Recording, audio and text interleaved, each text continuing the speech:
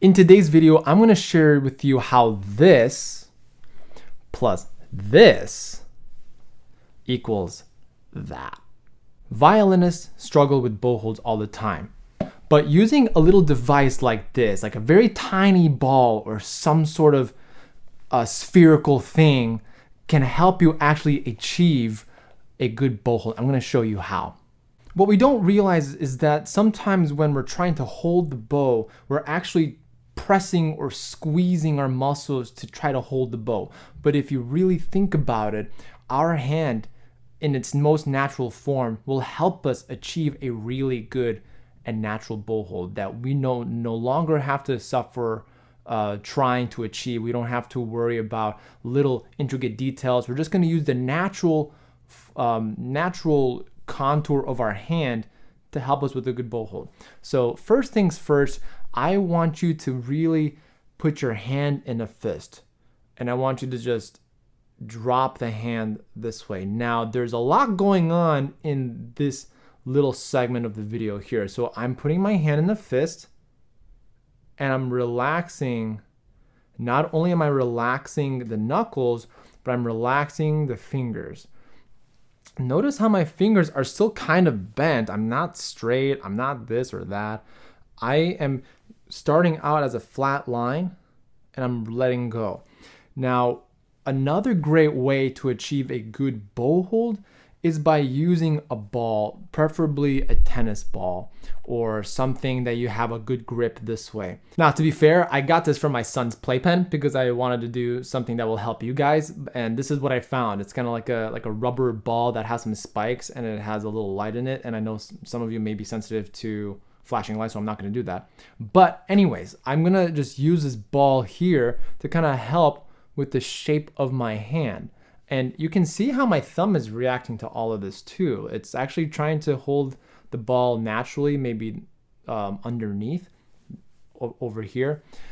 The reason why I like using the ball so much is because for a beginner violinist, if you are an adult or if you are a parent trying to teach your child, or you're given the instruction by your teacher to help your child at home, a ball is a great way because kids love balls. Kids love something that they can hold on to, that they can play around with.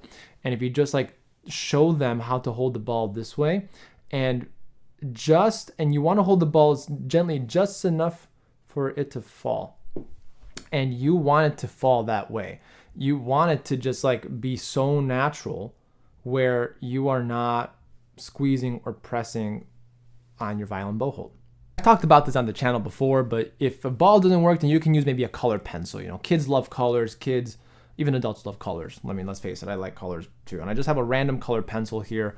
And while I'm finished with the ball exercise, I can really try to use a pencil. And I'm trying to line up all the fingers naturally with the pencil. Now, one tiny little adjustment that I would like to encourage you to do is once you are here, I would recommend bringing the wrist and the knuckles down. Now, the knuckles and the wrist, they are really trying to work as a team. Now, this little extra motion downward is going to help you achieve a very good sound, and it's going to give you a fuller tone, and it's going to give you more confidence in your ability to play better. So that's one thing that I would really recommend that you do. So when you're doing the bow hold, really try to get the fingers curved, and ideally you want the pencil to be underneath the first little indent of your fingers. The pinky is the exception. The pinky, we do a pinky tip, and then we do the thumb underneath this way. Those are my tips for you in a nutshell on how to achieve a really good bow hold. Now, we call that a Franco-Belgian bow hold. Now, this is such a very quick tutorial for YouTube, but if you want something that's a little bit more structured, I also have some other videos on the YouTube channel, but if you really want to dive deep into really having a good bow hold, I want to invite you to my bow hold masterclass. And in this bow hold masterclass, I actually dive deeper into the bow hold and to the mechanics and some really good exercises that I actually haven't shared on my YouTube channel at all. So I encourage you to take a look at that link on my online course of bow hold masterclass. Make sure you click the link down in the description below. But if you're not ready to make that commitment, I'm going to leave some other bow hold tutorials over here.